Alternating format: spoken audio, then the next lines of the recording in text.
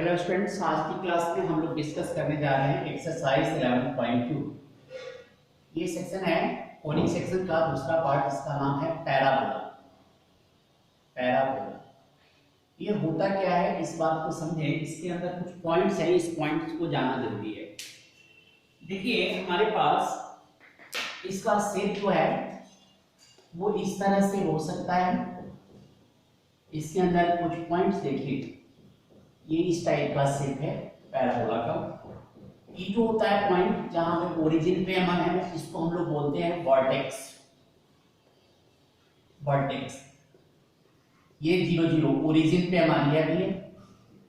ये moving point है, जिसको पाथ ऑफ पैराबोला भी कह सकते हैं। ये मूविंग पॉइंट पर एक कोई मूविंग हम पॉइंट ले लिए, हमारी कर्वेचर है। कर्वेचर क्या कर सकते हैं, इसकी पाथ ऑफ पैराबोला कह दें।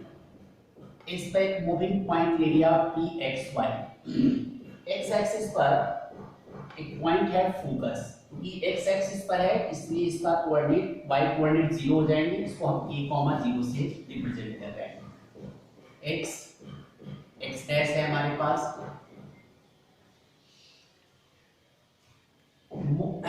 ओरिजिन से फोकस की जितनी डिस्टेंस होती है उतनी ही डिस्टेंस इसके पीछे लाइन एक पैरेलल टू वाई एक्सिस होता है। एक line parallel to Y axis होता है। इस लाइन को हम कहते हैं डायरेक्ट्रिक्स। इस लाइन का नाम है डायरेक्ट्रिक्स। थोड़े से मैथमेटिकल नेम सब है, इसे याद रखना पड़ेगा।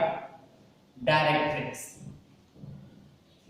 तो यहाँ पर a, 0 है, तो ये parallel to Y X equal to -a हो जाएगी। इसको इक्वेशन फॉर्म में x + a = 0 कह सकते हैं हम लोग। ये डायरेक्ट्रिक्स है।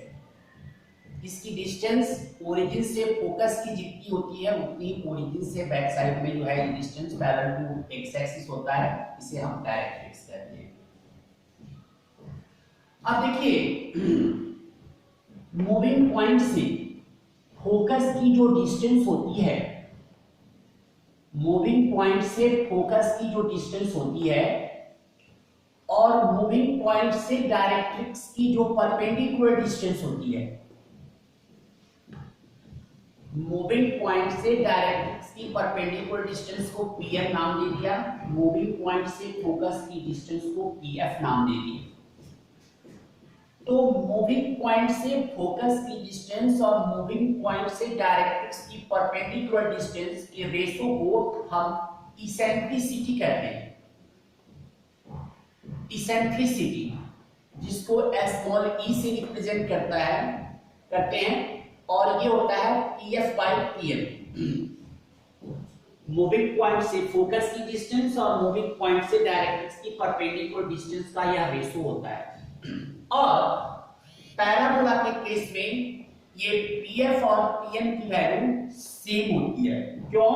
क्योंकि यहाँ पर इसेंट्रिसिटी की वैल्यू 1 होती है, इक्वल टू 1 होता है। तो जैसे जैसे मूविंग पॉइंट जो है वो हमारे पास ओरिजिन की ओर आएगा, उसी तरह डायरेक्ट्रिक्स भी जो है ये इसी। तो मूविंग पॉइंट और डायरेक्ट्रिक्स जो है आपस में अपनी डिस्टेंस को इंटरचेंज, मतलब जो है इंटरचेंज नहीं कर सकते, वो अपनी पोजीशन चेंज कर सकते हैं। जैसे ही ये मूविंग पॉइंट ओरिजिन पे आ जाएगा तो ये डायरेक्ट्रिक्स जो है आपकी क्या बन जाएगी, वाई एक्सिस बन जाएगी। एक और सी पॉइंट है, एक और पॉइंट की बात करें जिसका नाम है लैटिस रेक्टम। लैटिस रेक्टम, जिसको शॉर्ट में LR से हम लोग रिप्रेजेंट करेंगे। ये क्या होता है, इस बात को देखिए। LR, यह जो पाथ हमारे पास है पैराबोला का, कि एक ऐसी लाइन जो फोकस से होकर जाए, लेकिन फोकस पर क्या हो, परपेंडिकुलर, और इसके दोनों पॉइंट को, इसके पाथ के दोनों पॉइंट को, जिसको कहते हैं सर्कमफेरेंस, इसको कह सकते हैं कि दोनों पॉइंट को टच करे और फोकस पर परपेंडिकुलर। यानी कि हर लाइन को आप लैटिस रेक्टम नहीं कर सकते। फॉर एग्जांपल ये देखिए, यहां देखिए फोकस है, ये लैटिस रेक्टम नहीं हो सकता, ये भी लैटिस रेक्टम नहीं हो सकता। बट वैसी लाइन जो फोकस पे परपेंडिकुलर हो एल एल डैश ये फोकस पे परपेंडिकुलर पॉइंट हो गया, तो एल एल डैश को हम क्या कर सकते हैं, यहाँ पर लैटिस रेक्टम कर सकते हैं। तो यहाँ पर ओरिजिन से ऊपर और ओरिजिन से नीचे लेंथ सेम होती है, दैट इज कॉल्ड से सिमेट्रिक फिगर करते हैं अबाउट एक्स एक्सिस। और इसकी जो लेंथ हो जाती है हमारे पास, वो टोटल लेंथ यहाँ से यहाँ तक की और यहाँ तक की, यहाँ की दोनों की लेंथ सेम होती है। और वो कितनी होती है तो वो हम इक्वेशन के थ्रू बताएंगे आपको अभी आपको। अब ये 3 और 4 पॉइंट्स आपको जानना जरूरी था। डायरेक्ट्रिक्स क्या होता है, इसेंट्रिसिटी क्या होती है, लैटिस रेक्टम क्या होता है, फोकस क्या होती है। अब चलिए इसमें एक टेबल है, इस टेबल को आप लर्न करने याद रखें तो आप इस पैराबोला पर बेस्ड किसी भी क्वेश्चन को आप कर सकते हैं। बस इसके टेबुलर वैल्यू को आपको सिर्फ याद रखनी है। देखिए हम इसे दो पार्ट में ब्रेक कर दें। पहला पार्ट है हॉरिजॉन्टल फॉर्म, फिगर बना लें हॉरिजॉन्टल फॉर्म की। ये हमारा हॉरिजॉन्टल है, ये वाला। इस साइड में जो होगी वो डायरेक्ट्रिक्स हो जाएगी आपके पास x + a = 0, ये फोकस होगा a, 0, यहाँ पे ओरिजिन होगी 0 0। ये हॉरिजॉन्टल फॉर्म है। यहाँ पर ये वर्टिकल फॉर्म हो जाएगी आपकी, ये वर्टिकल फॉर्म है। यहाँ पर फोकस होगी 0, a because on y axis x coordinate is 0। ये हमारे पास यहां से y + a = 0, यहां पर डायरेक्ट्रिक्स की इक्वेशन हो जाएगी।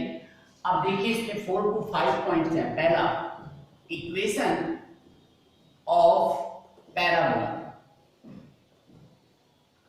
Is y² = 4ax। पहला पॉइंट यहां भी, equation of parabola is x² = 4ay।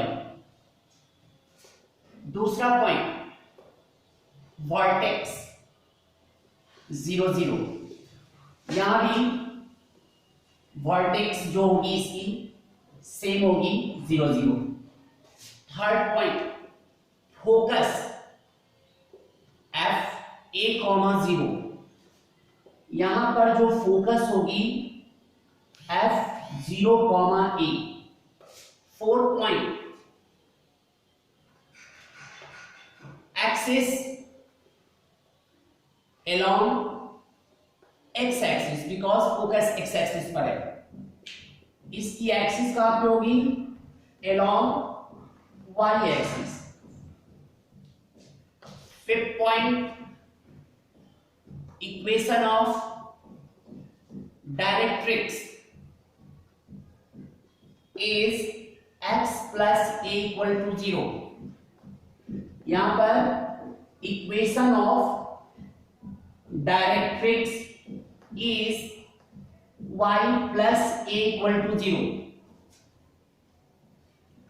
Last point, length of LR lattice rectum, ये mod 4a की लेंथ है, तो लेंथ कभी भी निगेटिव नहीं हो सकती।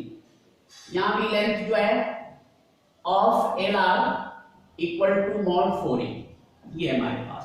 तो ये 6 पॉइंट्स को यदि हम ध्यान में रखते हैं तो हम इस पर बेस्ट क्वेश्चन को कर सकते हैं। आइए इसमें पहले 6 क्वेश्चन हमारे पास एक्सरसाइज 11.2 में पहले 6 क्वेश्चन एक जैसे क्वेश्चन हैं। तो चलें इसमें हम पहले एक क्वेश्चन करके आपको समझाने की कोशिश करते हैं। अब इसके लिए मेरे पास जगह तो कम पड़ रही है, फिर भी मैं एक पार्ट को यहाँ से जाता हूँ। ये देखिए इस पार्ट को यहाँ से खत्म कर रहे हैं क्वेश्चन को सॉल्व करने के लिए। अब देखिए पहला क्वेश्चन देखिए, y² = 12x। इस क्वेश्चन में पहला क्वेश्चन है 11.2 का पहला क्वेश्चन, y² = 12x। क्वेश्चन में in each of the following cases find the coordinate of focus, axis of parabola, equation of directrix and length of lattice rectum. ये 4 और 5 पॉइंट्स हमारे पास फाइंड आउट करनी है। y² = 12x, y का square है मतलब ये हॉरिजॉन्टल फॉर्म है। तो इसको पहले कंपेयर कर लेते हैं। Comparing with y² = 4ax, x का कोफिशिएंट 4a, x का कोफिशिएंट 12 है, तो 4a इक्वल टू 12, तो यहां से a की वैल्यू हमारे पास हो गई 3। अब पहला पॉइंट क्या निकालने के लिए क्वेश्चन में दिया गया है, इसमें हमसे कह रहा है find the coordinate of focus, focus की कोऑर्डिनेट, फोकस की कोऑर्डिनेट आपकी क्या थी a, 0, यानी ये हो गई हमारे पास फोकस 3, 0। दूसरा पॉइंट एक्सिस ऑफ पैराबोला, जब 3, 0 है मतलब y कोऑर्डिनेट 0 है, तो axis along x axis. Third point देखें और क्या निकाली है, equation of directrix, equation of directrix is, directrix की इक्वेशन क्या है, x plus a equal to 0, तो x प्लस a की वैल्यू 3 है equal to 0। And last point निकालनी हमारे पास है लेंथ ऑफ लेटस रेक्टम, तो length of LR 4a mod में कह रहे हैं 4 into 3 that is called 12, यदि -12 आता तो क्योंकि यह लेंथ है इसलिए हम लोग +12 कंसीडर करते हैं। तो ये 4 पॉइंट्स पहले 6 क्वेश्चन में हमें फाइंड आउट करनी है। 7 से लेकर 12 तक के क्वेश्चन जो है एक जैसे क्वेश्चन है, इसमें इक्वेशन फाइंड आउट करनी है, इसमें इक्वेशन हमें पैराबोला की निकालनी है।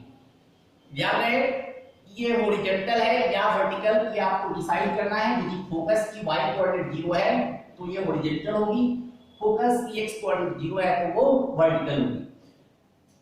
7, 8, 9, 10, 11, 12 ये हमारे पास 5 क्वेश्चंस हैं, इसमें हमें इक्वेशन बतानी है। चलिए इसमें हम एक क्वेश्चन आपको सॉल्व करके दिखाते हैं। क्वेश्चन नंबर 11, क्वेश्चन नंबर 11 देखें